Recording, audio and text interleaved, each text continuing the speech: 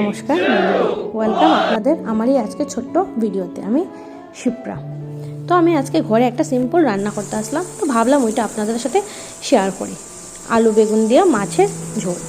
তো আমি বেগুনটিরে ভালো করে ধুয়ে নিয়েছি, আলুটিরও ধুয়ে নিয়েছি। তো বেগুনটিরে খাইটটা আবার জলের মধ্যে ভিজিয়ে রাখছি একটু সময়, যাতে ফুকটুক থাকলে এটা বাইরে যায়। তারপরে আলুটিরও কাটলাম, খাইটা একটু স্টাইল মাইরে ধুয়ে লইলাম। স্টাইল দেখাইটা জরুরি, জাস্ট চলছে পার্ট।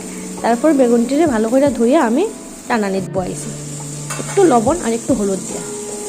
আপনারা চাইলে আলু বেগুন একসাথে ফ্রাই করতে পারবেন, আমি আলাদা আলাদা করতেছি, আলু আলাদা বেগুন আলাদা ফ্রাই।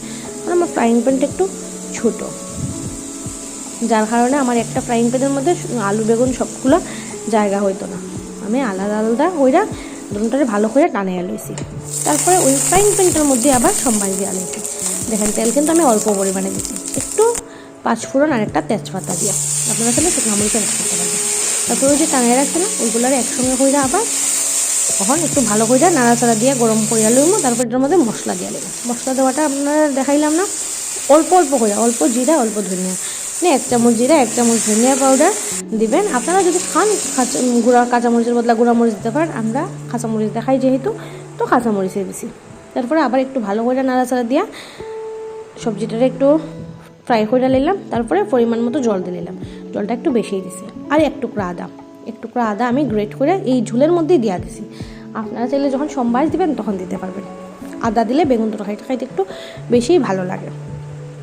আর যেহেতু এটা পাতলা ঝোল কমে, যার কারণে আমি জলটা বেশি দিই। তারপর যখন ভালো করে ফুটতে আসছে তখন আমি এক এক করে মাছ দিয়েছি।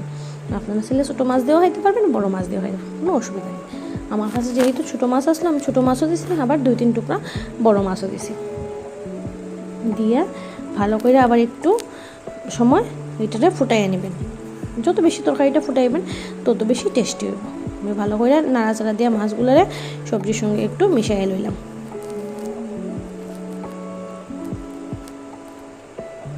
আমার ফ্রাইং প্যানটা ছোটো, যার কারণে একটু জায়গাটা কম হইতেছে, অসুবিধা নেই, হয়ে যাইব।